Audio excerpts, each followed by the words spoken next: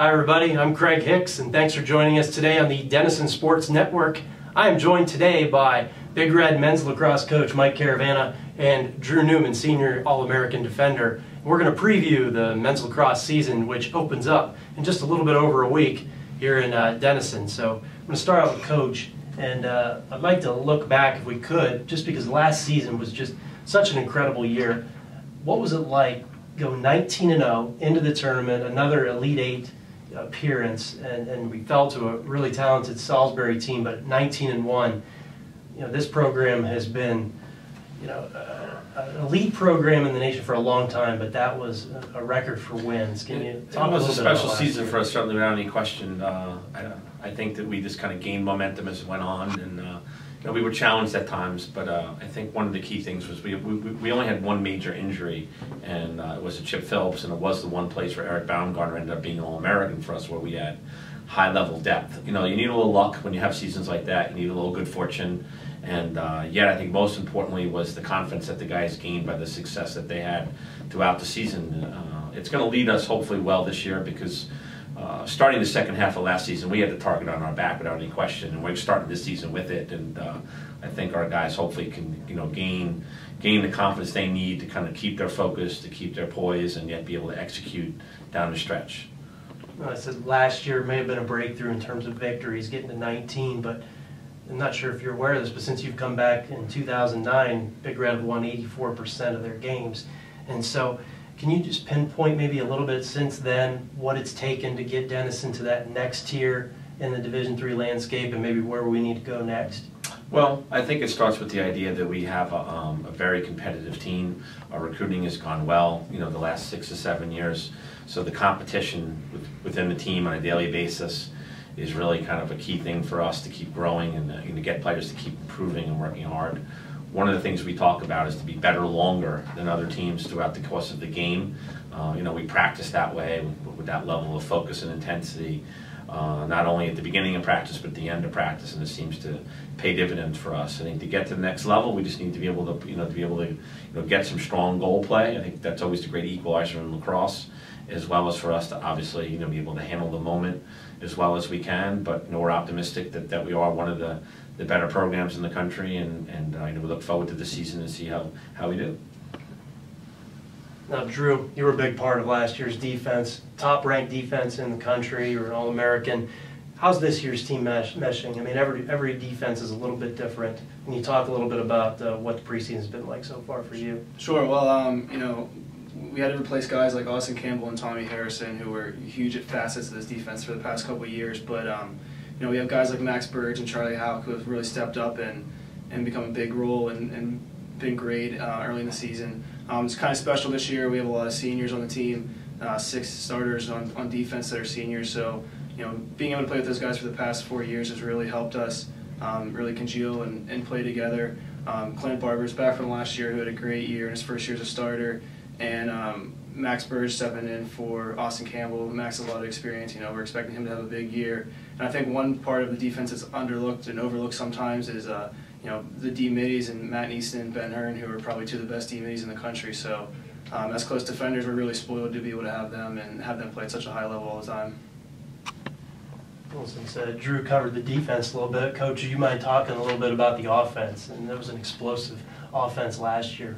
Well, I think that was the one unique thing watching us play last year, is that we could score, and at times it seemed like we scored easily. Once in a while I'd look at myself and look at my clipboard, see me on the film, kind of going, what the heck was going on here a little bit, and our convenience to be able to score at times and quickly was really, a good infusion of energy actually for our defense, to know that we could come back and score quickly and recapture things. I think a little bit of that starts with Eric Baumgartner at the faceoff, very candidly.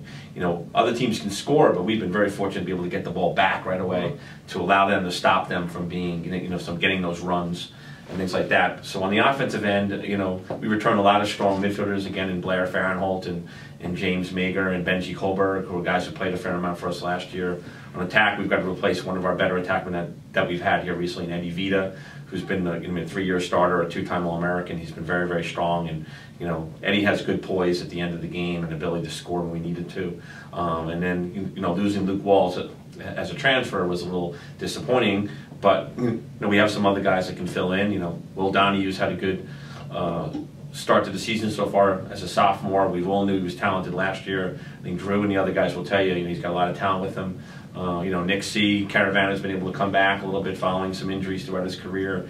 He's a little bit healthier now. He's been on and off playing some, so he's not really a rookie. So he can come in there and give us some good steady performance in that position a little bit there. But we also have some insurgences of two. Another, again, in Will Donahue's class, two other sophomores that really stood up for us, which is Liam Rooney, who plays attack in midfield, and Alex Paulus, who's a midfielder for us as well. So, we look forward to the challenges that are presented to us a little bit. And yet, I think that we had some good players last year that really didn't get the chance to see time, that we feel pretty good about, that now is their time to build upon this tradition, and hopefully they'll step up to meet those challenges. I know you mentioned goalkeeper in your open, and I know how important that is, especially when you get down to tournament time. And right now you've had a three-way battle, Chris Thomas and Clark Bullington and Elliot Avis. Can you talk a little bit about how they have played? Do you see this as more of a timeshare early on in the season, or do you want to pick your guy here in the next week? I think we're in a position now where last year we were uncertain of where we were in the goal. I think after our scrimmage this past weekend, I think that we feel like it's a position of a positive for us. I think the poise that was gained and the confidence that was gained by Clark at the end of last year, and certainly early on this season, he's showing that. He's showing that inner confidence and his ability to kind of be able to handle the moment better.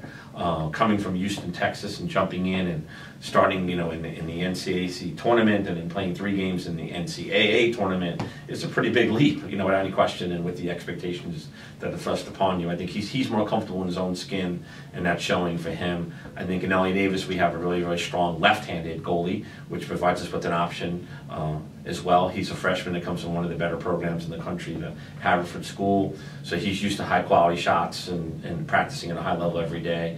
And Chris has just been steady, as he normally is. He's very good outside the goal. He's very good commanding the defense, and so we look at it as a real stable position this year compared to last year, and with some very good options for us. Okay, now Drew, you're in your 3rd season here as a starter, team captain.